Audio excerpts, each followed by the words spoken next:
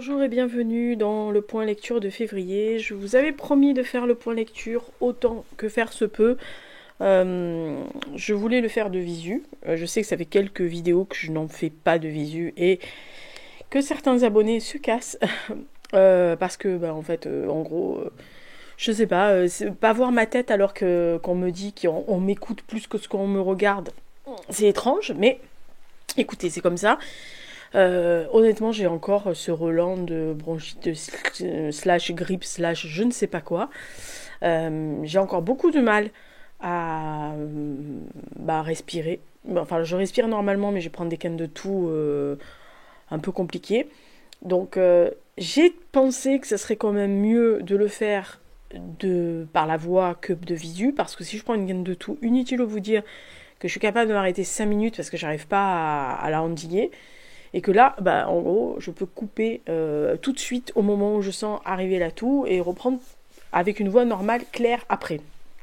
Donc, veuillez excuser le fait que, encore cette fois-ci, la vidéo est en illustration et pas de visu. Promis, j'en ferai de visu dès que je serai en meilleure forme. Sachant que, alors, dans les commentaires, merci aux nouveaux qui viennent d'arriver et merci à ceux qui sont partis déjà entre temps. Donc en fait le chiffre ne bouge pas. Parce qu'il y en a qui partent et il y en a qui arrivent. Ou alors c'est les mêmes qui se réabonnent, je sais pas. Enfin, bon, bref. Merci à ceux qui ont fait des commentaires pour les dernières vidéos, notamment les sagas chéries, etc. Comme d'habitude, parce qu'il y a quelqu'un qui m'a demandé si je pouvais faire un point sur les vidéos, les dernières vidéos qui avaient été vues ou pas. Comme d'habitude, la genèse de mon roman n'intéresse personne, voilà. Et que je constate, alors cette fois-ci, c'est parce que j'ai regardé, que je constate qu'en fait, en gros, il y a 300 personnes qui regardent, enfin entre 200 et 300 personnes, sauf la vidéo sur mes romans, mais ça, on a l'habitude, qui regardent mes vidéos, et que, en gros, je dois avoir, si j'ai 20, 21 likes, j'ai de la chance, et 12, 13 commentaires, j'ai de la chance aussi, voilà. Ça ne s'explique pas, hein, ce genre de choses. Voilà. Alors, je n'ai pas de négatifs, donc je pourrais penser que il y a 200 personnes qui vont mettre des négatifs et 24 des bons. Non. Alors, écoutez, je le dis parce que la dernière fois, il y a des grandes booktubeuses beauté qui le font, notamment celles qui font des grandes coupures, etc., de un mois et demi, quand c'est vacances, quand c'est Noël, etc., On vous rappelle, l'algorithme de YouTube, comme de Instagram, comme de toutes ces plateformes, c'est que si vous ne mettez pas des commentaires et si vous ne mettez pas des likes, les vidéos restent au fin fond du trou. Voilà. Alors on ne peut pas se faire connaître des masses, surtout quand on est des toutes petites chaînes, si nos abonnés fidèles ne font pas l'effort de mettre des likes et ne serait-ce que de mettre, comme certaines que je remercie, ne serait-ce qu'un emoji bisou. Voilà, alors peut-être qu'à la fin des vidéos, je vais dire, mettez-moi un emoji, je sais pas, n'importe lequel que je choisirai, histoire de, même si vous en mettez qu'un seul et que vous n'avez pas envie, que vous avez une grosse flemmasse de commenter la vidéo pour le contenu, au moins ça fait, ça fait des vues et ça fait surtout des commentaires qui font que l'algorithme se dise « Ah, finalement la vidéo elle n'est pas si conne ». Voilà. On va commencer le point lecture parce que je sens venir une quinte de tout super merveilleux. C'est un point lecture qui va durer assez longtemps, sachant qu'il va être divisé parce que au moment où je tourne, je suis à une 60aine de pages de la fin du dernier livre que je devais lire pour le mois de février, donc qui est Joli mois de mai de Alan Parks. J'ai beaucoup de mal en ce moment à lire, d'où le fait que j'enregistre cette vidéo en mars. Voilà. Je l'enregistre exactement le 4 mars parce que je n'y arrive pas. Voilà, vraiment février c'était très compliqué pour lire. J'ai eu un livre en une traite et je vais vous le dire tout à l'heure, mais alors le reste j'ai vraiment galéré parce que vraiment quand on est fatigué c'est très compliqué. Ça m'a pris mi-février et ça me fout encore par terre. J'ai un peu de mal à me relever. Je vais mieux physiquement, le cerveau est mieux. C'est déjà mieux déjà. Voilà, mais alors la fatigue est là et des envies de dormir tôt, des envies de dormir les après-midi, enfin c'est une catastrophe ce truc. Bon bref. Premier roman que j'ai lu, je le fais par ordre de lecture. Premier roman que j'ai lu, c'est La poussière des corons de Marie-Paul Armand, donc dans le cadre de un roman régional par mois. Nous sommes avec Madeleine, qui est vraiment un enfant du XXe siècle, puisqu'elle est née le 1er janvier 1900, dans le Nord. Son père est mineur, et elle vit avec sa mère et lui, donc dans le coron d'une mine. Elle est enfant unique, ce qui est assez rare à cette époque. Et Madeleine, enfin en tous les cas dans ce coin-là. Et Madeleine est une enfant choyée, elle a sa meilleure amie qui habite à côté, qui s'appelle Marie, et le frère de Marie, Charles, qui est aussi qui est leur protecteur en fait, en grand. C'est un grand, enfin il a pas 100 ans de plus, mais c'est un, voilà, il a quelques années de plus qu'elle. Et puis elle se fait amie avec une autre jeune fille de son école, Juliette, qui elle est la fille du directeur de la mine, et de son énigmatique et envoûtant frère Henri. Tout irait bien pour elle si ce début de siècle et les conditions de vie, de travail dans la mine n'étaient pas si rudes. Mais en fait, elle ne se plaint pas. Elle endure, elle travaille à l'école, elle adore aller à l'école. Et elle comprend assez vite les joies et les peines, le froid, le manque, la faim, bien sûr. Parce que, par exemple, quand son papa est arrêté, immobilisé suite à un accident dans la mine pendant quelques semaines, la paye ne rentre pas. Et sa maman travaille comme couturière, fait des travaux de couture, donc elle travaille 2 fois, 3 fois, 10 fois plus pour pouvoir mener à bien non seulement le travail qu'elle doit faire au sein du foyer, hein, la cuisine, le ménage, les courses, la lessive, parce que je rappelle qu'il n'y avait pas de machine à laver à l'époque. Voilà, donc tout ça, elle le voit. Elle voit le devoir d'abandonner ses études bientôt pour gagner de l'argent, et puis les drames. Voilà, bien sûr, qui se produisent dans les mines. Elle assiste à la tragédie de Courrières en 1906 parce que ses oncles meurent dans cette tragédie. Elle voit la blessure du père de Marie qui va, sur le long terme, qui va obliger ses enfants à arrêter l'école pour aller travailler à la mine dans des postes ingrats et très brutaux qui vont leur bousiller les mains en premier temps et les poumons dans un deuxième. La méchanceté d'un autre, l'entraide d'une grosse partie du coron, puisque en fait l'entraide est essentielle, surtout quand il se produit des catastrophes, et donc les familles cèdent quand il y en a un qu'il faut pallier quelque chose. Et donc la guerre se profile, la grande guerre, la première, les hommes s'en vont, et Madeleine, avec sa maman, vont faire face du mieux qu'elles peuvent, en doublant, triplant, quadruplant, etc., leurs travaux de couture, et en assurant du mieux qu'elles peuvent, la maison, les travaux, le petit jardinier, etc. Le seul rayon de soleil un peu qui est dans la vie de Madeleine, c'est Juliette, puisque elle a un train de vie insouciant, elle a une luxueuse maison, elle a une joie de vivre très communicative, parce qu'elle n'a pas les ennuis que Madeleine peut avoir, et elle a un divin frère, hein, Henri, qui fait battre le cœur de Madeleine, mais voilà, comme une petite fille. Et puis la guerre ravage non seulement les corps mais les âmes, et Madeleine se retrouve orpheline de père, désespérée par cette mère qui sombre petit à petit, mais qui, grâce aux voisins et à ses fidèles amis de sa maman, reprend du poil de la bête, quand arrive la grippe espagnole qui fait mourir Marie, son amie d'enfance, et qui fait que Charles part, lui, à la guerre, puisqu'il a grandi, et que Henri, qui était parti à la guerre, revient. À partir de ce moment-là, va être un grand chassé-croisé de ce qui va se passer dans la vie de Madeleine, que ça soit avec Henri ou avec Charles, et avec Juliette aussi. Alors c'est un roman qui en fait pourrait s'intituler L'itinéraire d'une vie. C'est celle de Madeleine, mais c'est surtout celle de tous les enfants qui vivaient dans les corons, dont la vie était rude, intransigeante, souvent très malmenée par les peines, plus que par les joies, malheureusement, et bien sûr la mort et la faim qui règnent qui tournent autour de tout ça. Alors, Marie-Paul Armand a un très bon style, très agréable, c'est très facile à lire. Elle offre une voix en fait à Madeleine avec ses mots, donc on vit à travers les mots de Madeleine avec ses formulations, son intelligence de cœur, et l'écrivaine, en fait, la romancière, nous plonge dans la tourmente de ce début du siècle, du XXe siècle, puisqu'en fait, on assiste à une 60aine d'années dans la vie de Madeleine, de 1900 à 1900 dans les années 60, aux 2 conflits mondiaux qu'elle voit, et qu'elle subit d'une façon et d'une autre.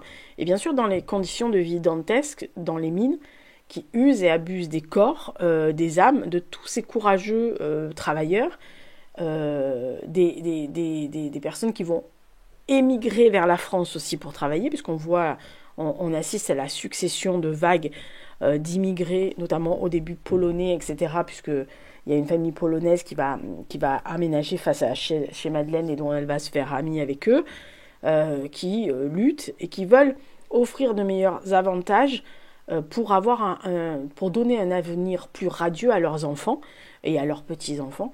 Et donc on voit arriver les premières causes syndicales et les premiers mouvements d'aide, d'entraide, on va dire, et aussi de l'organisation de la mine. C'est-à-dire que les directeurs et les industriels se rendent compte que les conditions de vie ne sont pas possibles, et donc on assiste à une modernisation des corons avec l'arrivée d'eau chaude, l'arrivée de l'eau dans les maisons, et puis aller au puits pour aller le chercher même pas des mauvaises températures, etc. Donc on voit toute la vie de cette France, on va dire, industrielle du début du XXe siècle. En cela, honnêtement, c'est un roman qui est sensible, qui est à la fois triste et léger, parce que c'est les yeux d'une petite fille au début, et c'est l'histoire d'une vie, l'histoire d'un amour, des amours, de l'amitié, bref, l'histoire d'une vie. Voilà. Donc vraiment très très joli roman, et je remercie donc Coralie officiellement qui, elle, m'avait pointé Marie-Paul Armand en me disant il faut absolument que tu lises celui-là, et donc j'en ai un autre dans l'année qu'elle m'avait pointé, et en plaisantant elle m'a dit la dernière fois peut-être que tu vas lire tous les Marie-Paul Armand. Je lui ai dit peut-être pas tous, mais je vais quand même aller voir, et vous voyez ma voix s'en va, je suis quand même allée voir, et il y en a quand même quelques-uns qui me font quand même aussi de l'œil, donc on verra. Deuxième livre que j'ai lu, en fait, c'est Disparition. Alors, c'est un livre que j'ai eu dans le cadre de la Masse Critique Babelio, qui avait fait un appel fin janvier, je crois, sur les pièces de théâtre. Moi, il n'y en avait vraiment aucune qui m'intéressait, sauf celle-là, qui s'appelle Disparition au pluriel d'Élise Wilk.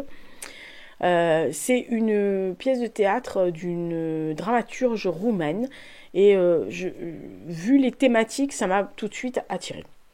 Alors, c'est une pièce de théâtre qui est précédée par une très intéressante mise au point historique pour les éventuels lecteurs qui méconnaîtraient l'histoire de la Roumanie, et surtout la géopolitique de ces territoires germaniques en terre roumaine. Alors pour moi, ça posait pas trop de problèmes, mais je pense que c'est très intéressant qu'il y ait cette préface justement pour expliquer, parce que je ne suis pas sûre que tout le monde ait les tenants et les aboutissants de cette histoire-là. Alors on assiste à une discussion en fait d'une famille. C'est une pièce de théâtre qui est très courte, il n'y a pas tout à fait 90 pages, je crois qu'il y en a 84.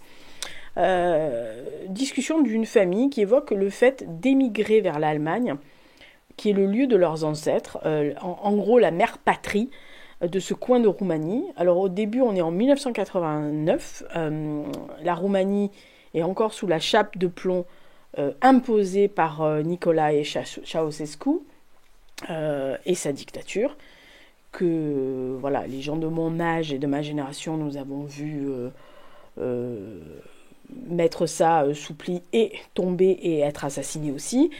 Et petit à petit, on découvre le passé de cette famille, notamment par deux voix. Celle de Max, qui surgit des années 44-45, et qui est liée à Cathy, qui est la grand-mère qui prône ce fameux rattachement. Petit à petit, en fait, la grande histoire se déroule sous les mots de la dramaturge, et évoque les points noirs de l'histoire de cette époque, que ce soit la déportation des populations allemandes, le retour au bercail des émigrés, les disparus de la Seconde Guerre mondiale, les revenants volontaires ou pas, et on voit arriver et poindre très vite le thème central de cette pièce, qui est l'oubli. En fait, c'est vraiment puissant comme thème, sur la nécessité de transmission, la nécessité de dialogue et de savoir, En gros, c'est de ne jamais laisser les vivants dans l'ignorance et de ne pas laisser le passé sombrer dans un trou noir. On le répète sans cesse, hein. Les gens qui tiennent à l'histoire avec un grand H, savoir l'histoire, connaître le passé n'est pas forcément synonyme de passéiste et de pas moderne, hein. Voilà, c'est pas parce que vous connaissez le passé que vous aimez l'histoire que vous êtes des débilus qui ne veulent pas avoir le futur. Au contraire, hein, si certains connaissaient l'histoire, eh bien on n'en serait pas dans la situation géopolitique actuelle. On est bien conscient de ceci, enfin sauf les idiots, mais que voulez-vous, on ne peut pas non plus faire apprendre à tout le monde. Moi j'ai bien aimé cette pièce de théâtre.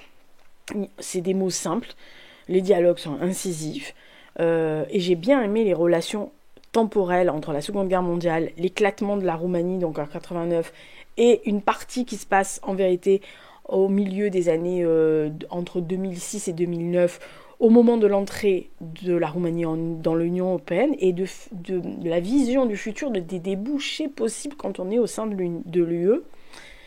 C'est dynamique, et franchement, ça mériterait d'être vu sur scène. Premièrement parce que selon les didascalies qui sont données par Elise Wilk, donc la dramaturge, il y a plusieurs acteurs qui doivent jouer plusieurs personnages. Et ça, c'est génial. Voilà. Donc vraiment, c'est une pièce, quand je l'ai finie, je dis, oh, qu'est-ce que j'aimerais la voir sur scène. Donc je remercie la Maastricht Babelio pour la partie théâtre, pour cette belle découverte. Vraiment une très bonne dramaturge et avec une vision, elle est jeune hein, en plus, avec une vision très incisive de ce qu'est la transmission et l'oubli et l'histoire. Et franchement, très très bonne pièce de théâtre. Donc voilà, j'avais fini l'année dernière en me disant tiens, je vais faire une pause. Bah non, comme quoi, vous voyez. Bon. Autre livre que j'ai lu, alors c'est celui du carnet, vous savez, le fameux... Oh, voilà, ça commence. Excusez-moi.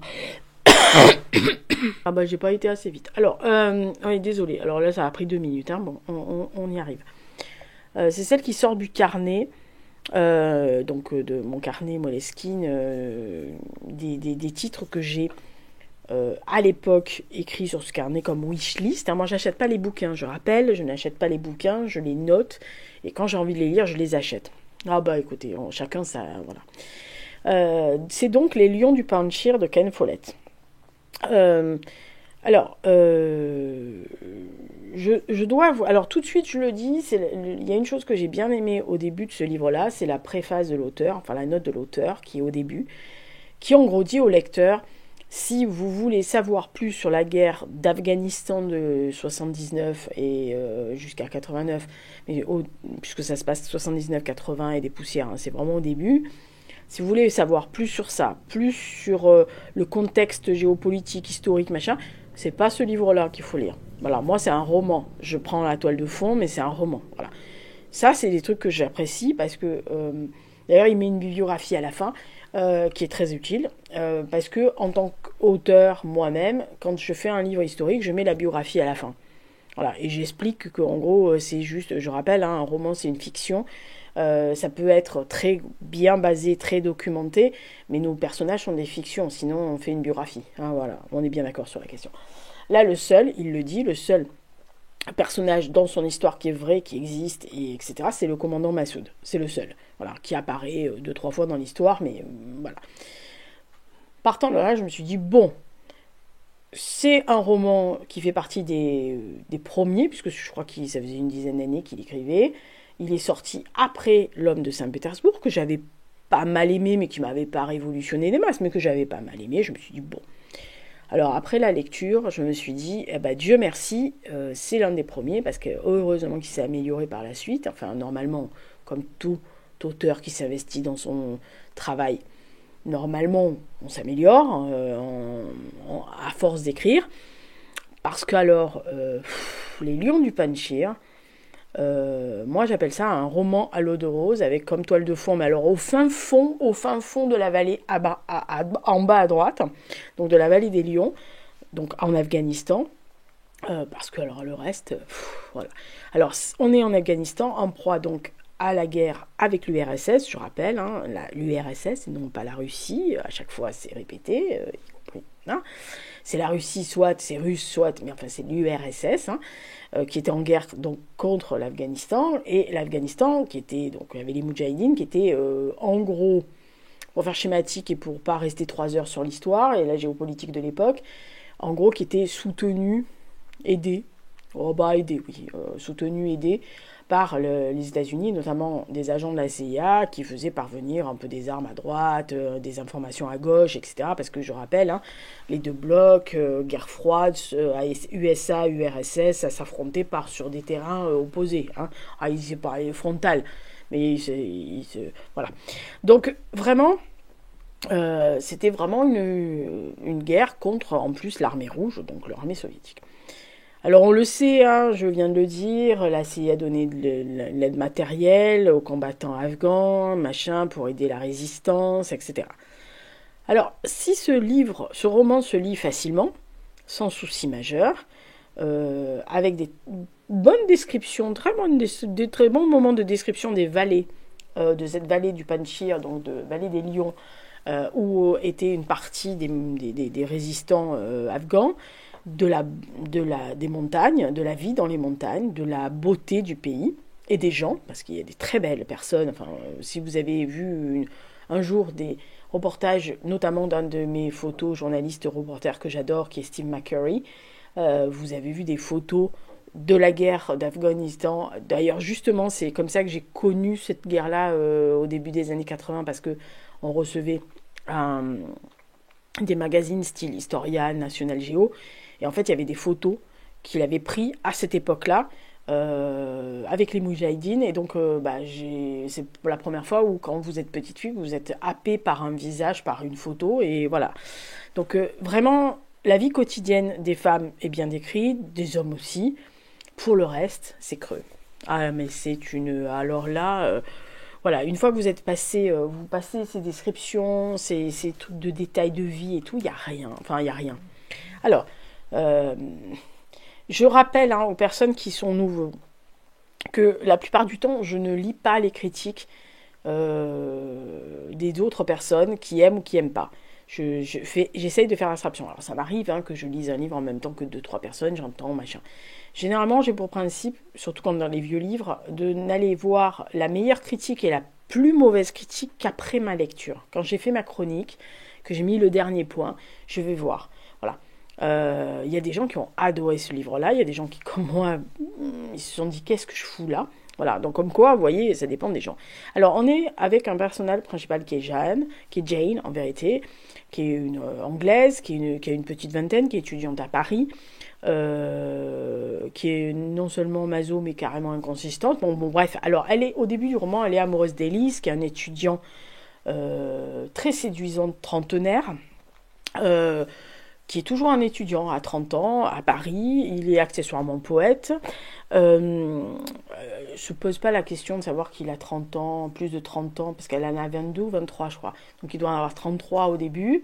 Elle ne se pose pas la question qu'à 33, il est encore étudiant, poète, sans le sou, qui vit dans un petit appartement, une chambre de bonne où il n'y a aucune photo de sa famille, qui ne parle jamais de rien, qui n'a pas d'amis, ou qui très peu, machin. Enfin, très étrange, bref.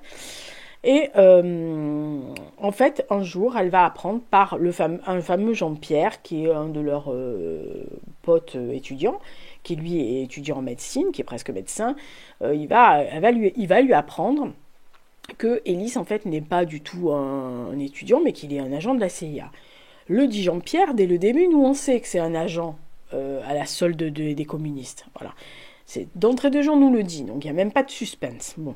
Alors, Jane, qu'est-ce qu'elle va faire ? Eh ben, elle quitte Ellis, parce que, quand même, c'est pas normal, il a trahi et tout, alors que l'autre a la gourdasse, elle aurait quand même pu, vu le nombre d'indices qui ne lui disaient jamais rien, elle aurait quand même pu se douter qu'il y avait quelque chose, il y avait un loup, hein, mais elle n'a pas vu le loup, elle. Enfin si, elle a vu le loup avec Ellis, mais pas le loup, enfin vous voyez ce que je veux dire. Alors par la suite, en fait, elle va tomber raide dingue, alors plus dingue que raide, de Jean-Pierre, qui en fait l'entraîne en Afghanistan sous couvert de soigner la population pour une mission style Médecins sans frontières, Médecins du monde, etc. Elle l'épouse dans la foulée, vas-y, allez Paulette, on y va, sans regret, et on la retrouve future maman dans la vallée des lions. Tout ça en très peu de temps. Hein. Allez, vas-y. Ils partent en mission 2 ans, paraît-il, mais on sait toujours que Jean-Pierre est à la solde des soviétiques, donc il va soigner dans la vallée des lions des résistants, enfin dans les villages des Afghans qui font partie de la résistance contre l'armée rouge, alors que lui, il est communiste. Bon, elle n'est pas au courant, mais enfin, comment Jean-Pierre a pu savoir qu'il était un agent de la CIA s'il n'avait pas trempé là-dedans. Elle a pas de sous de jugeote, la Jane. Hein. Enfin bon, après tout, on se dit, bon, elle est amoureuse, elle n'a pas vu, elle est aveugle. Amour rend con et aveugle. On y dit, ok. Et alors là,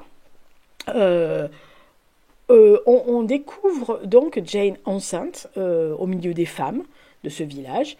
Elle soupire, à elle, la grande féministe, je pose des questions quand même, bon, bref, elle, la grande féministe, elle soupire sur la condition des femmes là-bas, elle trouve que c'est pas normal, donc elle est toujours en train d'ouvrir son clapet auprès des chefs du village, etc.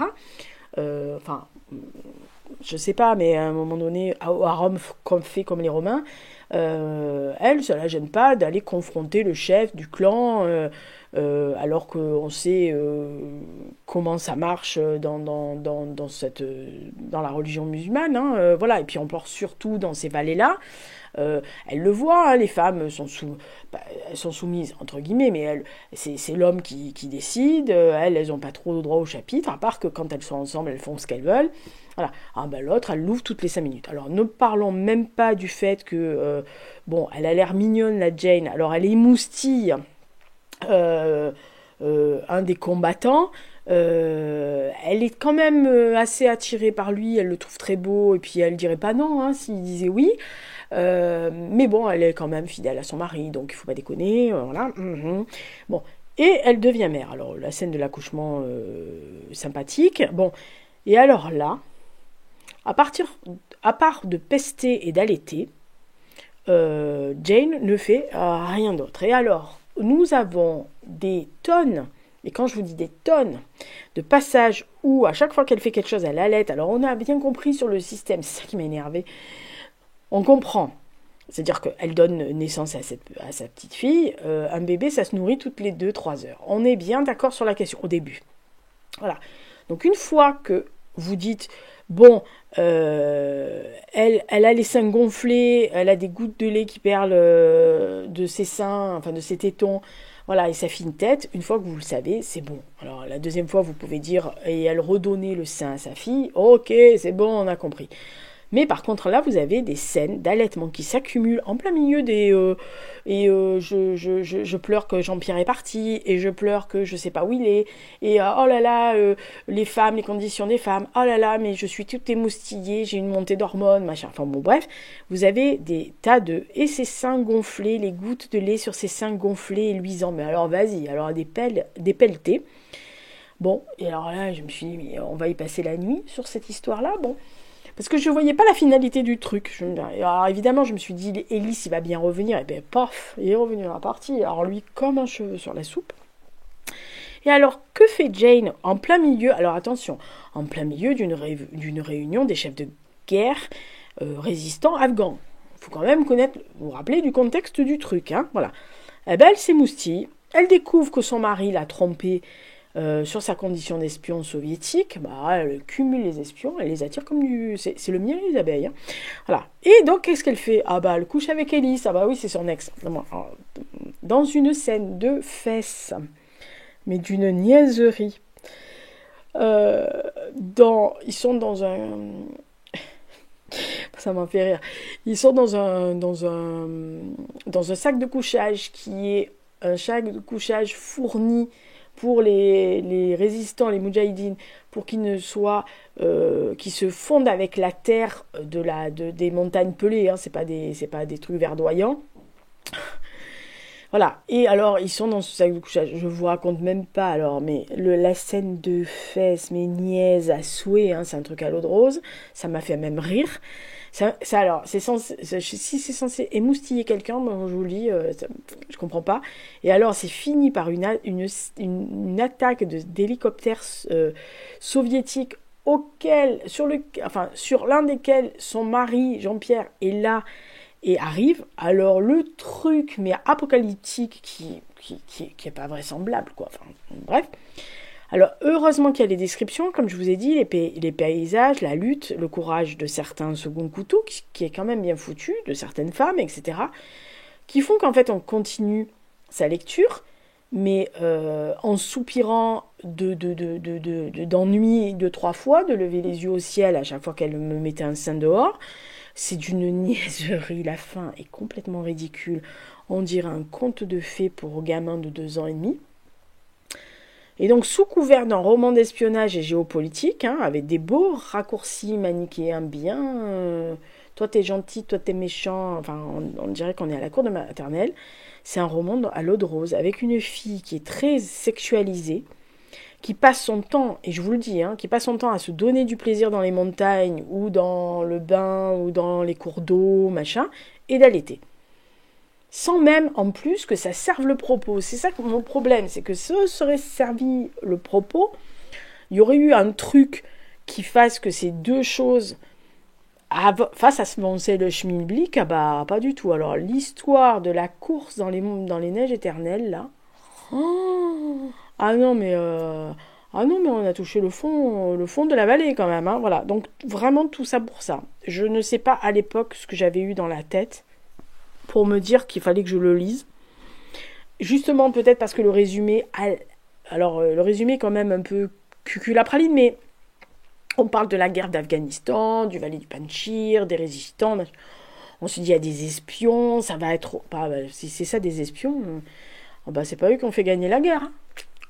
Alors là, ça c'est sûr. Hein. Ah bah, pas du tout. Hein. Ils sont même assaignés quand même. Le Hélice, il est un peu cuculapraline. Le Jean-Pierre, alors là, on se pose la question, il n'a même pas vu qu'on allait le trahir. Ah bah, il est con, lui. Oh bon, bref. Alors, Jane. Oh mon Dieu, mon Dieu, mon Dieu. Bref. Donc, pour oublier cette merveille, tout est relatif, pour oublier cette merveille, j'ai décidé de m'attaquer aux 2 livres qui, un m'avait été fortement recommandé, l'autre qui m'avait été offert. Alors, le premier que j'ai lu, c'est celui qui m'a été fortement recommandé par Dame Chantal, merci beaucoup, qui s'appelle L'étrangère aux yeux bleus de Yuri Ricteu. Alors nous sommes avec un romancier qui fait partie de cette communauté, qui fait partie de cette ethnie, donc les Tchouktches, qui est qui est en bordure du détroit de Bering, vraiment ça s'appelle la mer des Tchouks, hein, des Tchouktches, qui est pas loin de l'île Vanglel, si je me souviens bien, ou Vangel, je crois qu'on dit. Voilà, donc franchement, Sibérie nord-est, vous voyez, le truc où nous, si on met un pied, on meurt sur place, hein, on est bien d'accord. Moi, j'étais très... Quand elle m'a parlé de ça, je me suis dit, ah ouais, c'est mon truc, ça. Ah bah, vous savez, moi, Russie, machin, truc, ah ouais, non, bon, bref. En plus, je connaissais très bien, parce que quand vous étudiez le goulag, tout ça, Sibérie, machin, enfin, vous connaissez Colima, machin, ça c'est un peu plus haut que la Comie, vous imaginez le froid de gueux qu'il fait là-bas, bon, bref. On est avec Anna, qui est une jeune anthropologue russe, qui est issue de l'université de Leningrad, qui est passionnée par les us et coutumes des Tchouktches, qui débarque à Welen, donc qui est une des villes côtières là-bas, et qui, vraiment, en plein territoire de ces éleveurs de rennes. Elle est ambitieuse, elle est prête à tout pour surpasser Margaret Meads, qui est connue pour avoir travaillé sur les mœurs des habitants des îles Samoa, et notamment plus leur côté des relations de leur vie sexuelle, etc. Et donc elle décide de s'infiltrer, en gros, pour aller étudier au plus près ce peuple d'éleveurs de rennes, d'affiner sa connaissance non seulement de la langue, mais aussi de leur folklore, de leur manière de vivre, de penser, de survivre, en fait, de tout. Et elle décide de, en gros, s'infiltrer. Bon, Anna est belle, elle le sait, Et elle possède au moins 2 qualités physiques. Un, elle a des yeux bleus, bleu ciel hypnotique. Et deux, elle a une longue chevelure dorée. La troisième point, c'est qu'elle a une détermination à, sans faille, hein, qui font d'elle, tout ça, qui font d'elle une fascination immédiate pour tout le monde. À peine arrivée, elle rencontre Tanat, qui est un jeune Tchouktch, qui, lui, qui est fils d'un éleveur de rennes très connu, enfin, en tous les cas, qui a un gros cheptel, son père est chaman, etc. Et qui, lui, est là, dans cette ville, pour partir. Il fuit pas, mais il s'en va de sa communauté pour aller étudier, parce que sa vie, pour lui, c'est aller étudier à l'université, etc. Mais bon, il tombe fou d'elle et complètement sous le charme. Dans les 15 jours, paf, elle te le convainc de l'épouser. Ah bah si, vas-y.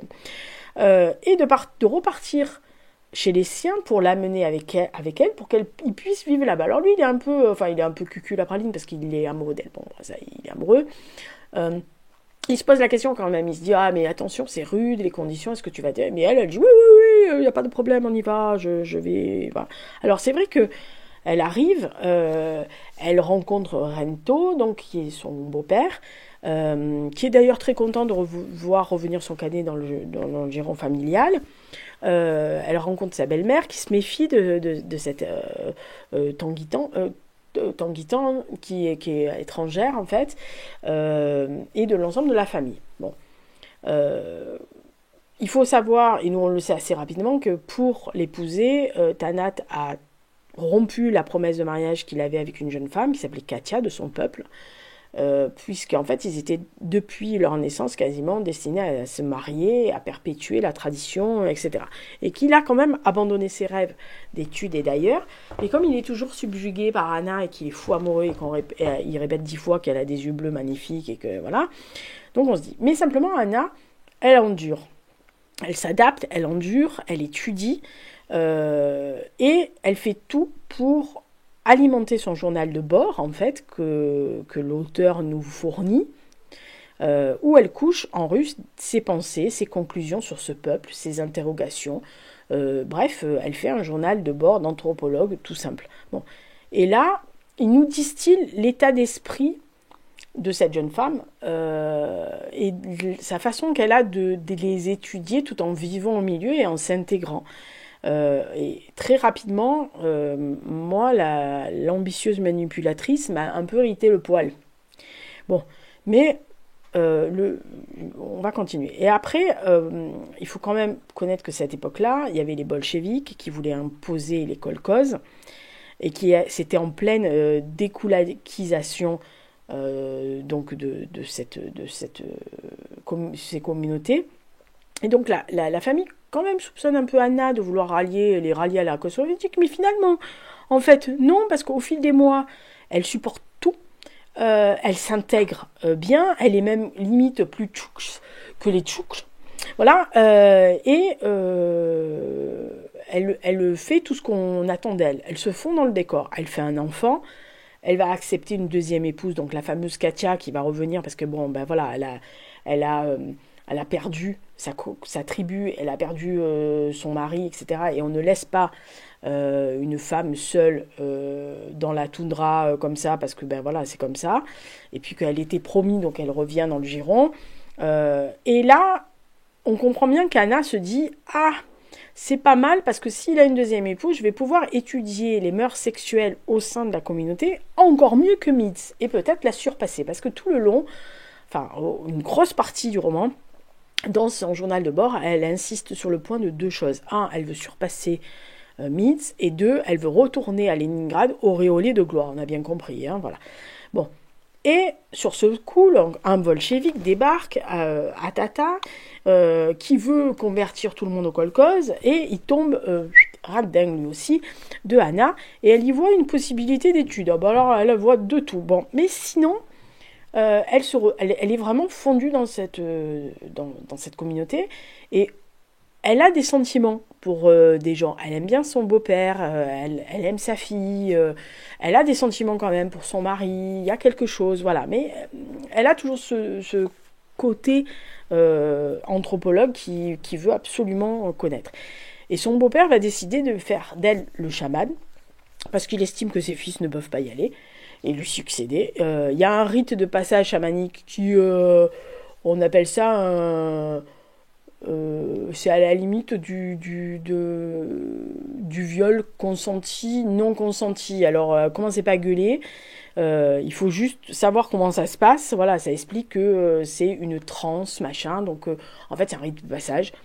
Voilà, qui transmet de l'un à l'autre. Alors, commencez pas à hurler. Chaque ethnie a ses folklores, ses coutumes et ses coutumes.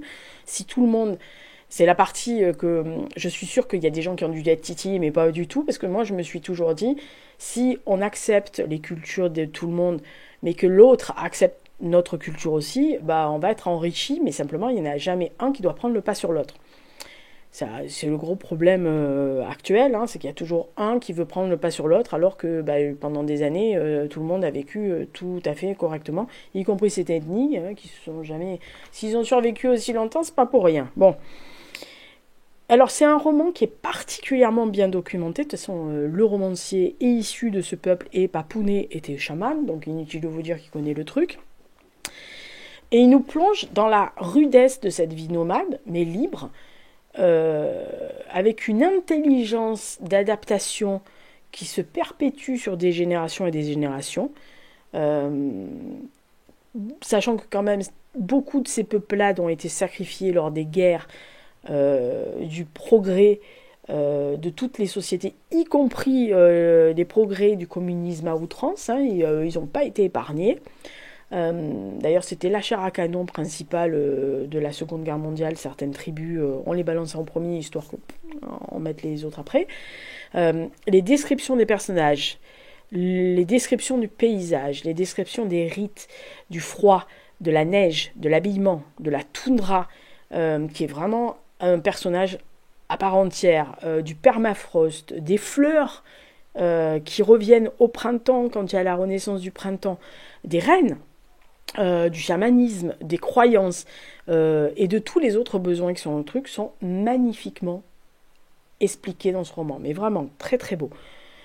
L'humilité, le sens pratique de ces populations pour survivre au froid polaire, froid, vraiment froid, à l'hostilité des lieux, font que ce peuple-là, Tchouks, mais les autres, hein, aussi les autres ethnies, c'est un exemple absolument incroyable de l'adaptabilité de l'homme à la nature et pas l'inverse. Voilà, parce que la nature ne doit pas se plier à nous, c'est nous qui devons nous plier, parce qu'elle est là depuis plus longtemps que nous. Donc, voilà.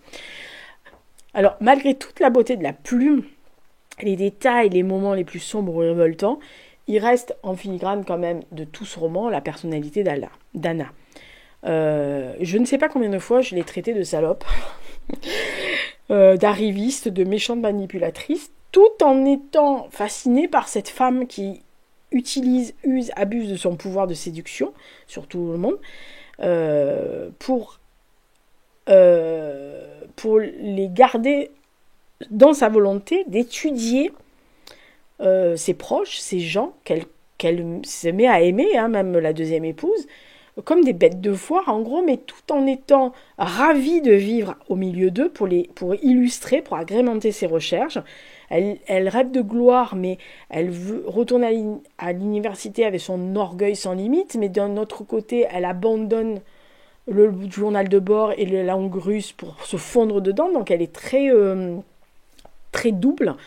C'est une espèce de montre religieuse en fait qui avale et qui recrache les gens pour mieux atteindre son but et s'élever dans la société, parce que tout ce qu'elle veut c'est devenir la plus grande anthropologue de ce peuple-là, ce qui est une qualité qu'on retrouve quand même pas mal dans la société russe. C'est un personnage fascinant, vraiment, un roman fascinant, mais c'est un personnage fascinant qui m'a profondément énervé. Moi, je l'aurais eu en face, je l'aurais collé des claques à celle-là. Mais qui, par ses élans de tendresse, par ses élans d'amour, par ses élans de compassion envers ce peuple et cette volonté farouche d'en être, fait que vous finissez le roman, vous vous dites waouh, alors les 2 dernières pages, c'est une saloperie, hein. Ah bah moi je l'aurais. Oh la sale bête. Bon, mais j'ai eu la peine pour certains personnages comme Tanat, comme Katia, comme Adata, etc. Parce que je me suis dit, mais quand même, enfin, ils sont naïfs, ils sont gentils. Voilà, et profondément, on voit que ce peuple ne pouvait que se faire bouffer par le progrès, le communisme, etc. Parce que c'est des gens qui vivent au mieux de la terre, de la nature, etc. Ils voient pas le mal des masses, quoi. Voilà. Mais c'est un très très beau roman, donc merci Dame Chantal, etc. C'est un très beau personnage féminin aussi. Je suis sûre que il y aura autant de parce que je suis allée voir les avis, il y avait plein de gens qui disaient que c'est une magnifique histoire d'amour entre Anna et Tanat. J'ai pas vu l'histoire d'amour, hein. Alors moi, je sais que je suis longue à voir ce genre de choses. Je l'ai pas vu. Alors, mais je suis sûre qu'il y a plein de gens qui le prendront de l'autre façon, complètement différente de la mienne. C'est pour ça que je vous dis, il y a des moments, il y a des romans comme ça où c'est génial d'échanger avec d'autres personnes. Et si vous l'avez lu, n'hésitez pas.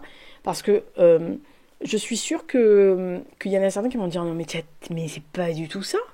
Mais tu n'as pas vu? Mais j'ai dit bah ouais, mais moi j'ai lu ça. Alors mon cerveau était embrumé, je veux bien, mais mon cerveau était la chose qui fonctionnait. Dans la structure d'Isa, bronchite, gripasse, merdouille, là, c'est le seul truc qui marchait, c'était le cerveau. Encore heureux. Voilà. Les yeux marchaient pas trop, parce que des fois je m'endormais, mais le cerveau marche, moi. Tant qu'il marche, moi, tout va bien. Voilà. Donc j'ai été très très contente de lire ce livre. Franchement, ça restera dans mes meilleurs livres de l'année. Mais c'est pas un coup de cœur, parce qu'il me manque un truc quand même. Mais c'est vraiment au haut du panier cette année, comme celui qui arrive derrière. Mais c'est pareil, c'est des personnages que j'ai adoré détester, ce qui est génial pour moi j'adore ça. Autre livre, et merci à Madame Rosie, que je mettrai je vous renverrai sur sa chaîne, donc la bibliothèque de Rose, qui m'a offert très gentiment Âme brisée de Akira Mizukabayashi, qui est donc un roman japonais. Je suis une grosse daube. Il faut le dire. Je suis pas une férue de littérature asiatique. J'en ai lu, commencez pas. Mais c'est pas mon truc. Voilà. Simplement, je suis fascinée. Alors, une façon un peu anthropologique, on va dire, par le Japon, parce que ils sont les seuls d'ailleurs, à être arrivés à faire une société qui est basée à la fois sur les traditions, le passé, l'histoire, et à la fois sur une modernité du 21e, voire ils sont peut-être même au 22 maintenant. Bon, c'est incroyable.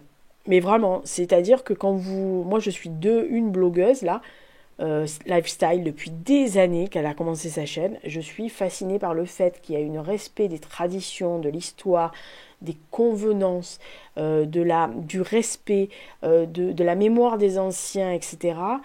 Tout en payant, tout en faisant n'importe tout avec son téléphone, en payant par téléphone, en vivant hyper moderne, mais avec ce côté-là. Moi, il me fascine à faire ça. Donc c'est vrai que c'est un côté qui me plaît beaucoup, mais je suis pas trop attirée par la culture elle-même. Bon, le premier qui me dit que je suis fan de Albator et Goldorak, oui, mais c'est la pop culture. Voilà, mais c'est pas la culture elle-même. C'est-à-dire que je n'ai aucune affinité avec la cuisine. J'ai goûté, j'ai une de mes camarades de classe au lycée qui était japonaise. Sa maman ne faisait que de la cuisine textuellement japonaise. C'est très bon, mais voilà, c'est pas mon goût, c'est pas mon papy à moi. Voilà. Je rêve pas d'aller au Japon. Sauf pour aller visiter 2-3 trucs, mais je sais pas ma priorité si je n'ai fait pas ça à la fin de ma vie, je ne meurs pas. Voilà. Donc c'est vraiment quelque chose que je connais moins. Et j'aime bien parce que Rose, elle aime beaucoup ce pays, elle le connaît, elle y est allée plusieurs fois. D'ailleurs, si vous allez sur sa chaîne, il y a des vlogs qu'elle a fait quand elle est allée au Japon. Elle en lit, donc c'est vrai que voilà, quand quelqu'un vous offre un livre qui est sur un roman japonais, sur un auteur, et qu'elle l'a lu, et etc., c'est mieux parce que vous savez que la personne ne vous donne pas une daube. Voilà. Alors c'est un roman d'une extrême pudeur. enfin moi que j'ai trouvé comme ça, c'est un peu ce que j'aime chez eux, mais qui est quand même aussi plein de tristesse, tout en étant plein d'humanité, d'histoires avec un grand H, mais de petites histoires aussi, d'espoir et de désespoir. Voilà, alors, évidemment, elle me connaît un peu quand même. Hein.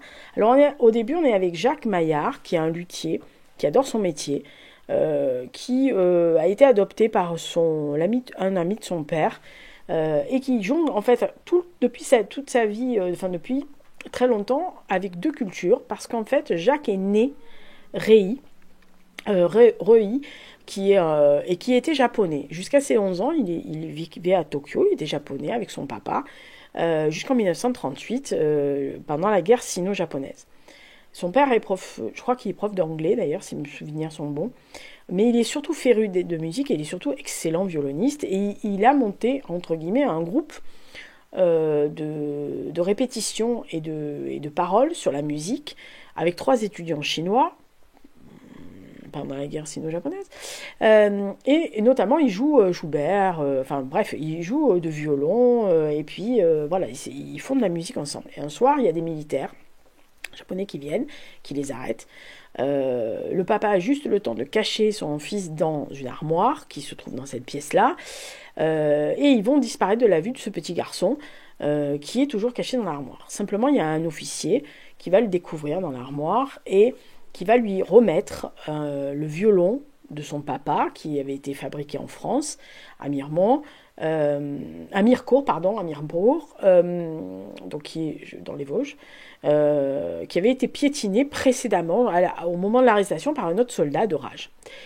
Pendant des années, ce petit garçon, qui va devenir Jacques, s'établit, va se former d'abord en France, puis après en Italie, très très longtemps.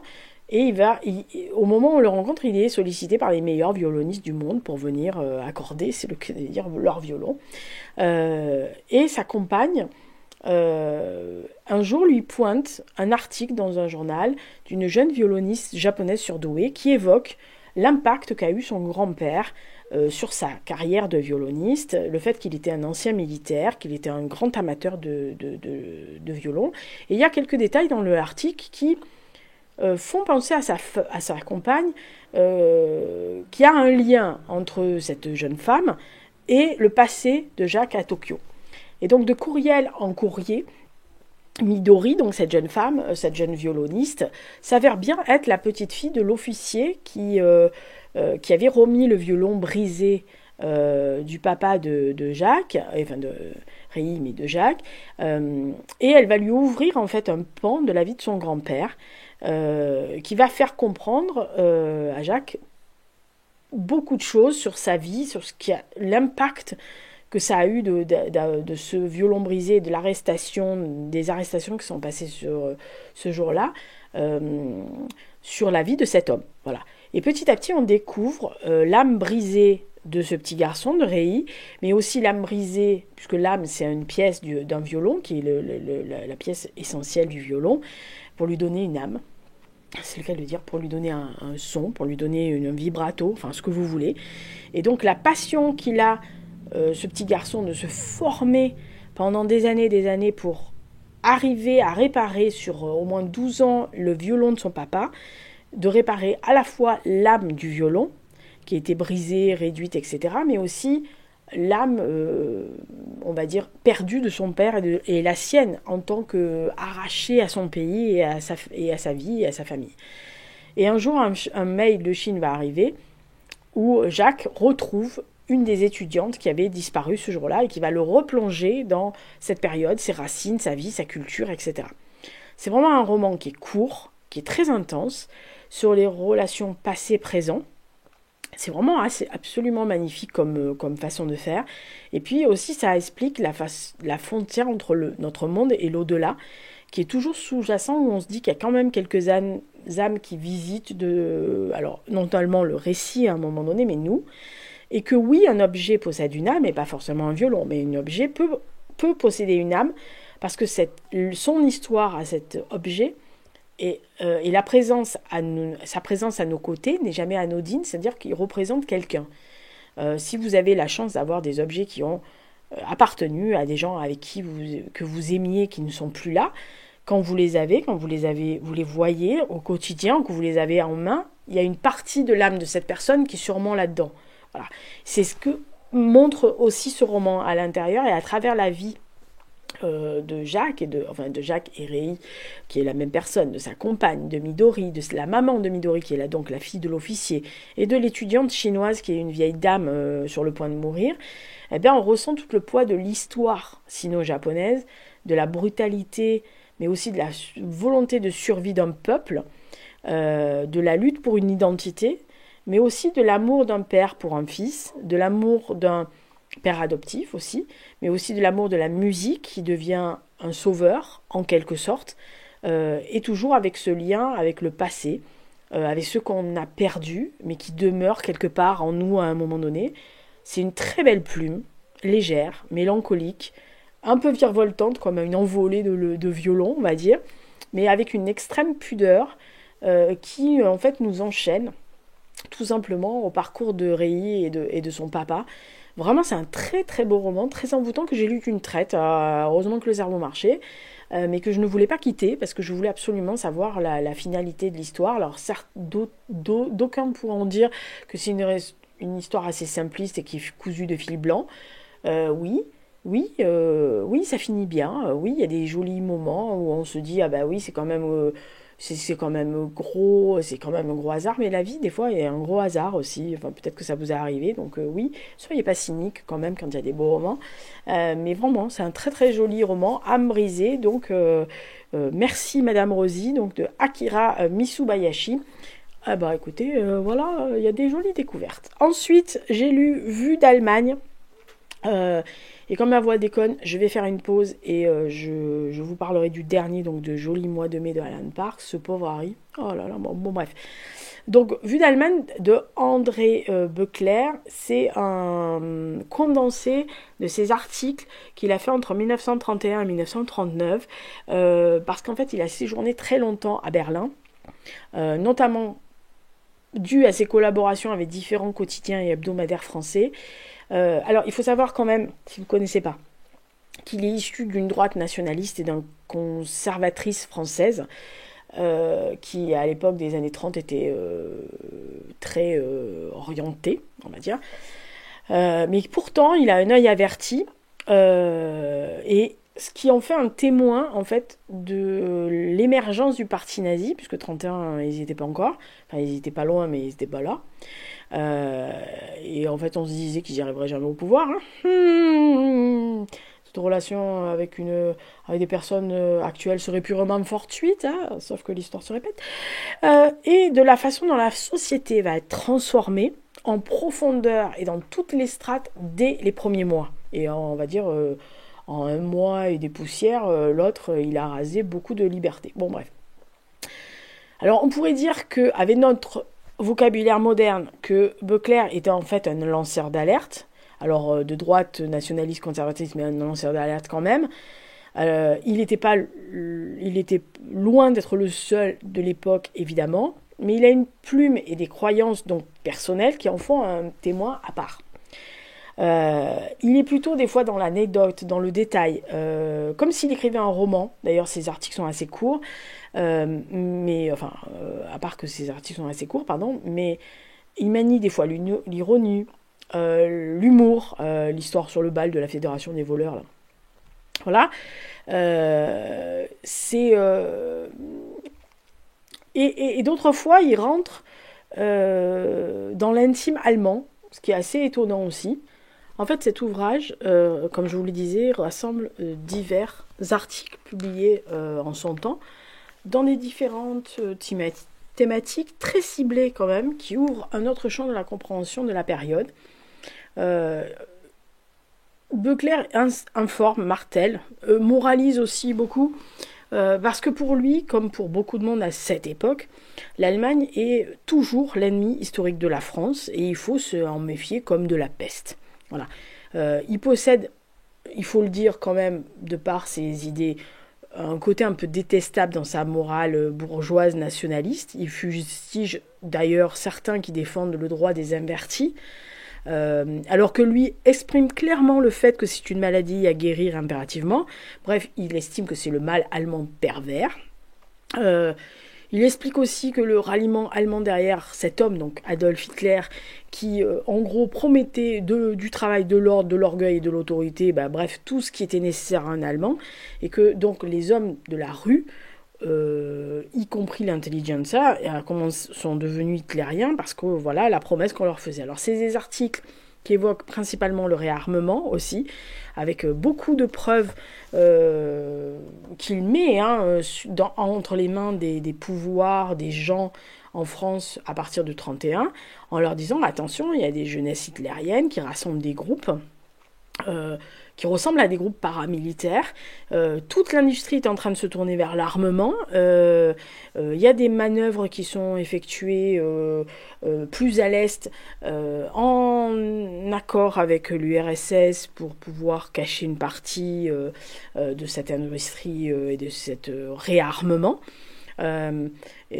Ensuite, il s'oriente un peu. Alors, il aurait pu s'orienter plus avant sur les lois du régime de 1934, sur l'exclusion des juifs, les rôles raciales, l'ouverture du premier camp de concentration. D'ailleurs, c'est noté à un moment donné c'est Dachau pour les Français, Dachau, au printemps 1933, en mars 1933. Mais quelquefois, c'est bien, d'ailleurs, même plus pointé, mais ça les fait passer sous silence parce que lui, alors son truc, c'est attention, il y a la renaissance de la puissance militaire allemande, ils vont nous retomber sur le paletot, etc. Si cet ouvrage, je pense, pourrait et va sûrement révolter certaines personnes sur les propos offensants à tout point de vue, il en reste pas moins que Böckler est quand même un témoin qui se situe entre la clairvoyance sur le système qui est mis en place, sur l'émergence du parti nazi, le pouvoir, enfin la prise de pouvoir. Alors prise, on lui a donné le pouvoir, en gros. Commencez pas à dire il a pris, c'est un putsch. Non, c'est pas un putsch.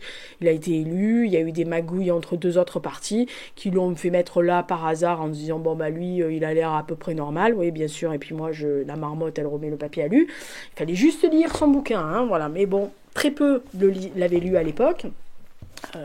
Oui, je parle de Mein Kampf. Qui n'était pas très diffusé. C'était pas un best-seller. Commencez pas, ça a été...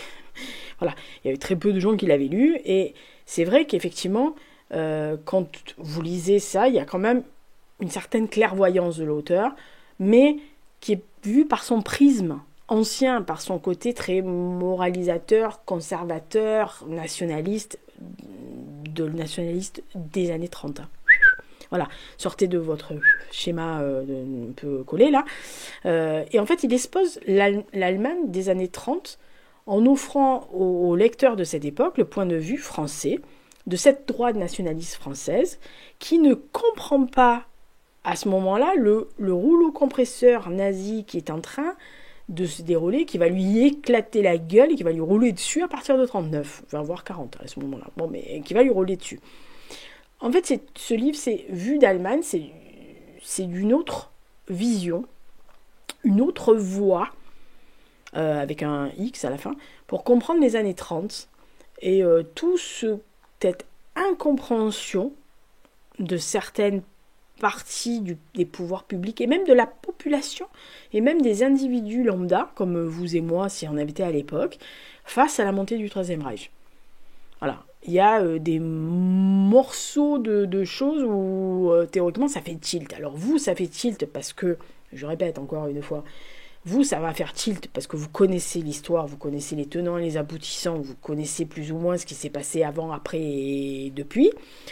À l'époque, ils n'avaient pas les données que vous avez. Donc, est-ce que, si vous vous mettez, et c'est toujours intéressant d'avoir ce genre de bouquin, si vous vous mettez à cette place-là, à leur place, ne sachant pas ce qui va arriver, ne sachant pas ce qui va découler sur les guerres froides, etc., depuis et jusqu'à maintenant, on rappelle, est-ce que vous auriez été alerté par ces textes ? Voilà. Est-ce que ça vous auriez titillé ? Est-ce que vous auriez, oh là là, grand méchant loup, boule le loup, etc. Ou vous auriez dit, oh ça va, qu'est-ce qui s'excite, l'autre, voilà. Donc c'est vraiment toujours très intéressant d'avoir ce genre de livre. Moi, ça faisait longtemps que je voulais le lire, mais que je ne le trouvais pas. Et puis là, bon, bah, voilà, je l'ai récupéré sur ces éditions La Thénaïde. Mais franchement, j'étais tombée sur une fois un article de lui qui était paru dans, je ne me rappelle plus, L'Intransigeant, je crois. Oui, je crois.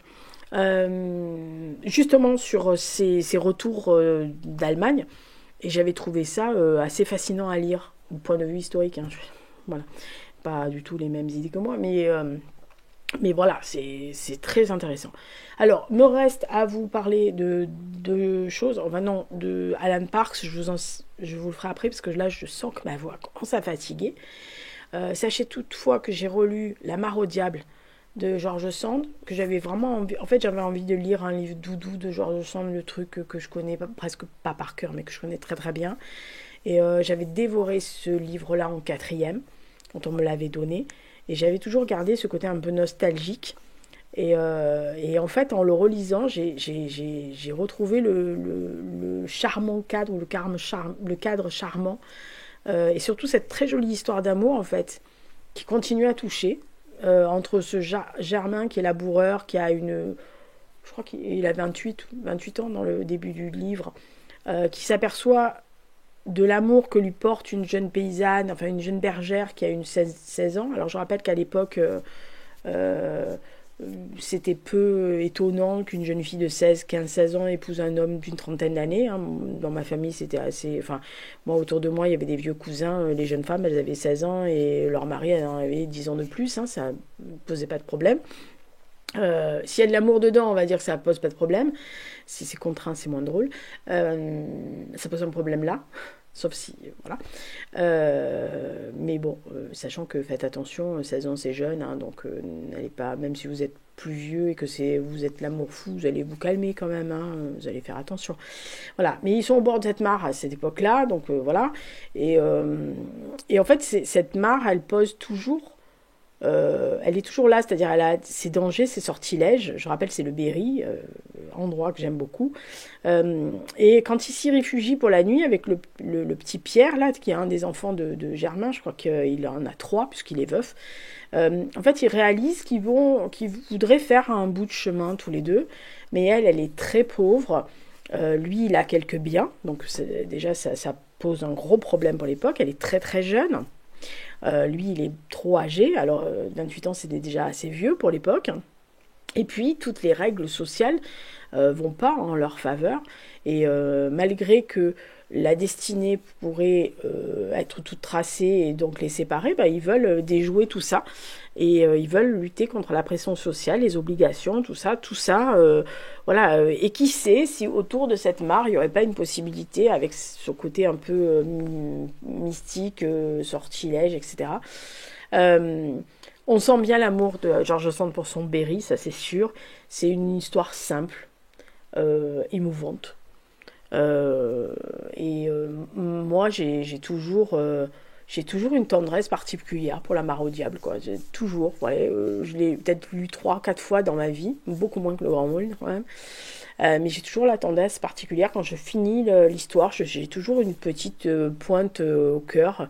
Voilà, puis en plus, elle nous montre les us et coutumes berrichons, notamment la cérémonie de mariage paysanne de Berrichonne, des croyances païennes ou des croyances autres, qui sont presque tombées des fois dans l'oubli, sauf que heureusement qu'il y a encore les conteuses et les conteurs, et qu'il y a encore des gens qui font paraître des livres de contes et légendes de région.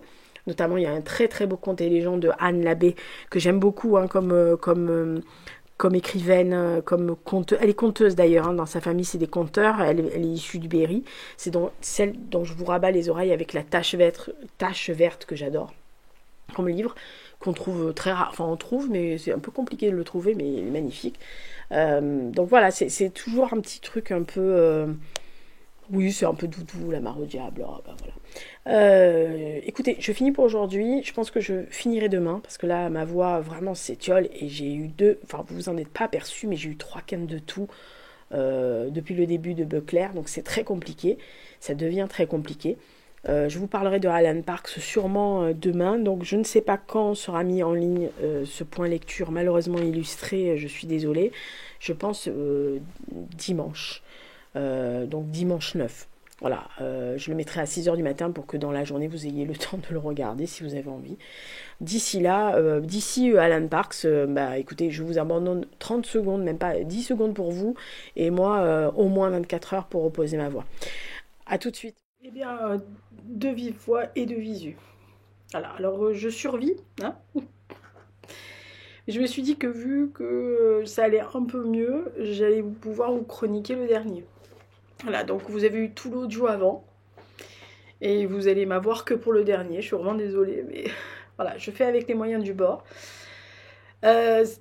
Souffle, non, toujours pas. Compliqué. Compliqué.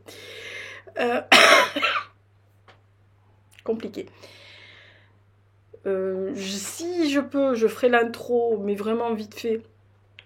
Voilà, et sinon, on commence. Alors, dernier, évidemment, de la liste, c'est Joli mois de mai de Alan Parks, donc c'est le 5e opus. Quand on commence le 5e, c'est quelques semaines après le 4, on retrouve Harry McCoy, donc l'inspecteur Harry McCoy, dans un état proche de l'Ohio. Il est resté de longues semaines à l'hôpital, pas en bonne forme parce qu'il a un ulcère perforant à l'estomac. On lui a demandé comme recommandation pas de stress, pas de cigarette, pas d'alcool. Autant dire que c'est pas gagné. Alors il a mal, donc il prend un espèce de sirop là, vous savez les trucs qu'on avale quand on a un ulcère, espèce de... Je me rappelle plus comment ils le disent dans le livre, je me rappelle plus comment ils disent, mais enfin bon bref c'est le machin là que vous buvez qui est, on dirait un truc, on dirait du lait caillé, enfin bref ça sent des fois la framboise, ça sert à rien, mais bon voilà, ça calme les aigreurs et problèmes d'estomac, d'ulcère. Bon lui il en boit par brassée de douce, qui ne sert à rien puisqu'en fait il essaye de fumer et de boire à côté, et même le café ça passe pas. Donc on le retrouve pas dans une forme olympique. En plus, il s'est passé au moment où plus ou moins il sort de l'hôpital, il s'est passé l'incendie d'un salon de coiffure qui a fait des morts, principalement des femmes et des petites filles. Et quand il arrive sur les lieux, il se retrouve avec une foule immense qui prend à partie un fourgon blindé qui amène les 3 adolescents qui sont supposés être les incendiaires. Et donc il y en a, il a juste le temps de s'écarter plus ou moins parce que le fourgon est pris d'assaut, on pique les 3 gosses et tout le monde s'en va. Et à partir de ce moment-là, en fait, comme vous le savez avec Alan Parks, si vous avez l'habitude, Alan Parks, il a toujours plusieurs histoires à faire en filigrane, toujours qui se chevauchent et qui s'entremêlent quelquefois. Alors, quelquefois ça s'entremêle, quelquefois ça n'a pas de ramification entre elles, mais en tous les cas, Harry ne peut pas rester seul avec une seule enquête. Il a son adjoint, Watson, donc dit Watty, qui s'améliore, qui prend de l'épaisseur, et pas forcément à cause du magazine qu'il pique chez une victime. Et vous allez voir le magazine en question.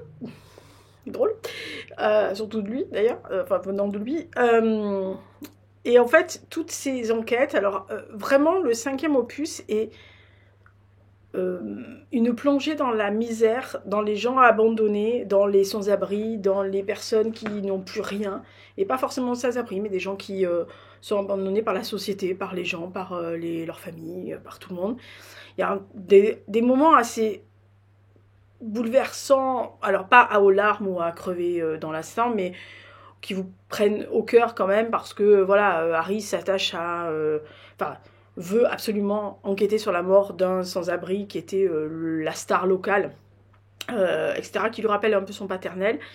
Et en fait, c'est toute la remontée de la vie de cet homme qu'ils vont découvrir complètement autre que ce qu'il montrait dans la rue. Voilà, donc il y a aussi l'enquête sur les gamins qui ont fait les incendies, dont un qu'on va retrouver rapidement mort mais torturé absolument, d'où une bande son qui tourne. Voilà, qui explique en détail et avec écrit ce que la personne a ressenti, enfin le gamin a ressenti. Je vais vous dire que même quand vous lisez le passage, vous n'entendez pas, vous imaginez bien. Voilà, donc c'est encore un 5e opus, et à chaque fois, je le dis, je me dis toujours, ah, il est vraiment génial celui-là. Et à chaque fois, je vous dis, ah, celui-là, c'est le meilleur. Et en fait, non, parce que Alan Parks monte crescendo. Et on voit bien qu'il a mis les 12 mois de l'année. Il sait déjà où ça va aller jusqu'à la fin. Et il sait exactement son schéma. Parce que franchement, il a une montée d'intensité à chaque fois. Que ça soit dans le passé de Harry, qu'on découvre par morceaux, dans ce qui lui arrive à lui aussi, dans ses relations avec son pote Cooper, qui est toujours le gros malfrat du coin. Voilà, il y a toujours des gens qui se raccrochent et à chaque fois on en apprend quelque part. Voilà, il y a toujours un détail sordide, quelque chose qui le renvoie à son passé, puisqu'en fait il était il est passé d'orphelinat en orphelinat en orphelinat, ou en famille d'accueil, donc, mais ça s'est pas très bien passé à chaque fois. Donc franchement, c'est toujours un bonheur en fait de le... Déjà par l'écriture, par le fait que les enquêtes sont bien foutues, bien ficelées, qu'on en apprend toujours, qu'on a toujours une sous-couche quelque part qui nous ramène en disant non, non, bah c'est pour ça. Voilà. Mais franchement, c'est toujours aussi bon. Alors, vivement Mourir en juin, puisque c'est le prochain opus. Le prochain opus qui est sorti en brochet. J'ai gardé la... Ah oui, alors je vais vous montrer parce que j'ai un marque-page et j'ai gardé la page pour montrer à quelqu'un qui le lit aussi. Et je voulais lui montrer ce passage. C'est pour ça que j'ai mis la marque-page sur un marque-page qu'on m'a envoyé. Elle se reconnaîtra. J'adore les marque-pages. Et enfin, les marque-pages en carte, j'adore faire ça. Et oui, il faudrait quand même que je marque avec une autre place parce que... Bon, bref. Oh là, je m'en vais. Donc, j'ai vraiment envie de... Enfin, la fin... Oh là là, oh là, la fin. Je relis la fin. Non, je relis pas la fin. Oh, ça m'a stressé ça. Sérieux, ça m'a stressé la fin. Donc Mourir en juin, qui est sorti en brochet, mais vous savez que je suis un peu psychorigide. Maintenant que je l'ai commencé en rivage noir poche, je continuerai en rivage noir poche. Voilà. Surtout qu'en plus, ils reprennent la couverture du grand format rivage, donc c'est génial. Parce que quelquefois, vous les avez en livre de poche ou à pocket, ils reprennent pas la couverture initiale. Par exemple, je bloque, mais 1793, ils n'ont pas repris celle de Sonatine. Je suppose que Sonatine ne voulait pas, je sais pas comment ça marche comme ça, mais voilà, Hux s'excite, je sais pourquoi, donc écoutez, bon mois de février, un peu chaotique niveau lecture, parce que mon cerveau marchait, mais la fatigue faisait que non. Écoutez, on se retrouve en mars, vous avez sûrement vu la pile à lire de mars, j'attends évidemment le Niklas Nat Ostag avec grande impatience, je suis au taquet. Même Mourante, il faudra que je le lise. Et puis écoutez, voilà, lisez Alan Parks. Si vous voulez que je vous dise de plus. Prochaine vidéo, je ne sais pas. Je sais qu'il y a une FAQ de prévu. Et qu'il y a des vidéos sur des anciens bouquins que j'ai présentés sur la chaîne ici ou sur mon blog, et voilà, j'expliquerai ce que je vais faire parce que plusieurs d'entre vous m'ont gentiment répondu à mon post sur YouTube et dans l'onglet communauté, vous savez, et d'autres me l'ont demandé, me l'avaient demandé déjà, des nouveaux abonnés me l'avaient demandé, voilà, donc je me dis que c'est pas une mauvaise idée, mais je vous expliquerai ça. Merci d'avoir suivi ce point lecture un peu étrange, hein, entre audio et vidéo live. Voilà, ne vous inquiétez pas, hein, je me remets doucement, mais depuis le fin novembre, j'en ai chopé quand même deux, hein, deux grosses saloperies. Ça me... Voilà, j'en suis quand même pratiquement à 2 mois et demi de ventoline, hein, presque 3, donc ça commence à bien faire cette histoire. Allez, vivement le printemps et les allergies. Ouais. Enfin, il y a déjà les arbres de Judée, les amandiers, je suis déjà en mode les yeux qui sont complètement brillants, le nez qui coule, enfin bon, un bonheur, voilà. Et c'est Lisa qui va prendre de l'antihistaminique tous les jours, tous les matins et tous les soirs, toute l'année, bientôt, parce qu'elle ne pourra plus vivre sans. C'est fatigant. Allez, je m'en retourne à ma caverne. Non, je vais essayer de... Vu que je me sens un peu en forme là, j'aurai la même tronche, hein, je pense. Mais je vais déplacer la lumière parce qu'elle me gonfle, je l'ai en plein dans la tronche, ça m'énerve. Je vais faire la FAQ. Comme ça sera fait parce que je n'ai pas trop envie. Les FAQ, c'est pas drôle si c'est pas en visu. Ciao. Et merci d'avoir écouté et regardé cette vidéo point lecture. Ciao. Et dans les commentaires, n'oubliez pas les pouces, les commentaires, les machins, les trucs, les bidules. because de l'algorithme, because si vous mettez pas un pouce et que vous mettez pas un commentaire, ma vidéo n'est jamais montrée et je vous expliquerai dans la vidéo que je compte faire. Vous allez voir, il y en a certains qui ont fait des belles remarques et qui n'ont pas tort d'ailleurs sur les remarques.